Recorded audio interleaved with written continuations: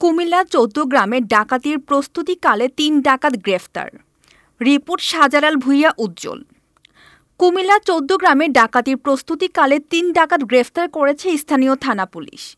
গ্রেফতারকৃতরা হলেন কুমিল্লা সদর থানার ৩ নং ওয়ার্ডের জুলফু মিয়া জয়নব আলীর পুত্র মোহাম্মদ শরীফ, লালমাই থানার রহিম মিয়ার ছেলে মোহাম্মদ রবিউল হোসেন ও লালমাই থানার পূর্ব অশোকতলার মোহাম্মদ শহীদ মিয়ার পুত্র মোহাম্মদ সৈকত।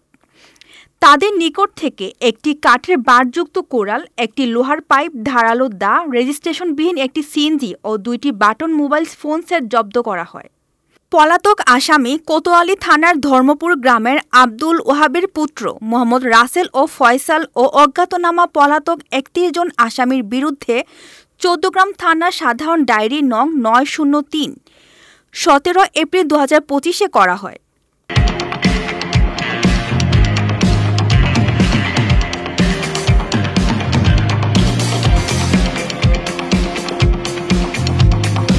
এএসআই নিমাই চন্দ্র দাস বলেন, গত ১৮ এপ্রিল শুক্রবার ভোররাতে চৌদ্দগ্রাম বাজারে অবস্থানকালে গোপন সংবাদের ভিত্তিতে জানতে পারি ৬ নং গোলপাশা ইউপির আমনগন্ডা বাজারের সামনে ঢাকা চট্টগ্রাম মহাসড়কের ঢাকামুখী মেইন রাস্তার উপর একদল ডাকাত সংঘবদ্ধ হয়ে ডাকাতি করার প্রস্তুতি গ্রহণ করছিল। বিষয়টি তৎক্ষণাৎ অফিসার ইনচার্জ সাহেবসহ ঊর্ধ্বতন কর্তৃপক্ষকে অবহিত করে আমি আমার সঙ্গীয় ফোর্সসহ দ্রুত ঘটনাস্থলের উদ্দেশ্যে রওনা করি। ঘটনাস্থলে একটি সিএনজি এবং ৫ জন লোককে তাদের হাতে বিভিন্ন দেশীয় অস্ত্রশস্ত্র সহকারে দেখতে পাই। ওরা পুলিশের টের পেয়ে দ্রুত সিএনজিতে উঠে বেপরোয়া গতিতে সিএনজি নিয়ে পালানোর চেষ্টা করে। তখন আমি আমার সঙ্গীয় ফোর্স সহ আমাদের ডিউটিতে নিয়োজিত সিএনজি নিয়ে আসামিদের সিএনজির পেছনে ধাওয়া করি।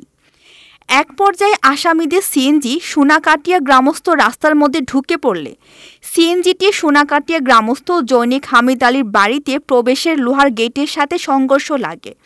তখন স্থানীয়রা গণধুলাই দেয় এবং আসামিদের আমাদের হাতে তুলে দেন। অতঃপর ধৃত আসামিদের নিকট হতে প্রাপ্ত তথ্যের ভিত্তিতে অপর পলাতক আসামিকে গ্রেফতার এবং পলাতক অজ্ঞাতনামা আসামিকে শনাক্তপূর্বক নাম ঠিকানা উদ্ঘাটন সহ তাদেরকে গ্রেফতার অভিযান পরিচালনা করে থানায় এসে এজাহার দায়ের করি। গত 18/4/2025 তারিখ দিবাগত রাতে আমাদের এক টহল টিম আমানগন্ডা এলাকায় যখন যাচ্ছিল তখন আরেকটা সিএনজি মুখোমুখি হয়। তখন এই ভিতরে ৪-৫ জন লোক দেখা যায়। আমাদের টহল টিমের সন্দেহ হয় যে ভিতরে ওরা কিছু খারাপ উদ্দেশ্যে এলাকায় ঘোরাঘুরি করছে। চ্যালেঞ্জ করার ফলে ওরা দৌড়ে পালানোর চেষ্টা করে, হাতে নাতে ২ জনকে ধৃত করতে সক্ষম হয়। পরবর্তীতে তাদের দেহ এবং সিএনজি তল্লাশি করে এই দেশীয় অস্ত্রশস্ত্র পাওয়া যায় এবং জিজ্ঞাসাবাদে তারা স্বীকার করে তারা আন্তর্জাতিক ডাকাত দলের সদস্য এবং এই এলাকায় ডাকাতি করার উদ্দেশ্যে সমবেত হয়েছিল। তারপর ঘণ্টাখানিক পরে এই স্থানীয় জনগণ আমাদেরকে খবর দেয় যে তারা একটা লোককে ধরেছে, কিন্তু তার সঠিক জবাব, তার যে সমস্ত বক্তব্য এলোমেলো বক্তব্য দিচ্ছে। তাকেও আমরা নিয়ে আসি জিজ্ঞাসাবাদে দেখা যায় তারা ওই একই দলের সদস্য এবং মহাসড়কের ডাকাতি করার উদ্দেশ্যেই তারা সমবেত হয়েছিল।